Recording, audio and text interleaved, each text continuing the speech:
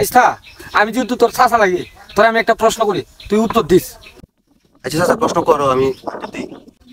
মনে কর আমি তোরা দুইটা কুত্তা দিলাম, তোরা আরো দুইটা কুত্তা দিলাম, তোরা আরো দুইটা কুত্তা দিলাম, ওহন তোর কুত্তা কয়টা হইলো? আরে বেটা 7টা। হ্যাঁ বেড়া হইছে না তোরা তোরা আবার কই দিস তুই বুঝিস তোরে মনে কর হইলে দুইটা কুত্তা দিলাম, পরে আরো দুইটা কুত্তা দিলাম, তোরা আরো দুইটা কুত্তা দিলাম, তোর কয়টা কুত্তা হয়েছে কত? 7টা। আরে বেড়া হইছে না তোরে আমি একদম মনে করলাম তোর বাইঙ্গে আর একটা জিনিস তোর বুঝাই মনে কর তোরা প্রথম দুইটা আম দিলাম, পরে আরো দুইটা আম দিলাম, আরো দুইটা আম দিলাম, ওহন আম কটা হয়েছে কত? 6টা। এই তো বেড়া ওহনকে ঠিক আছে।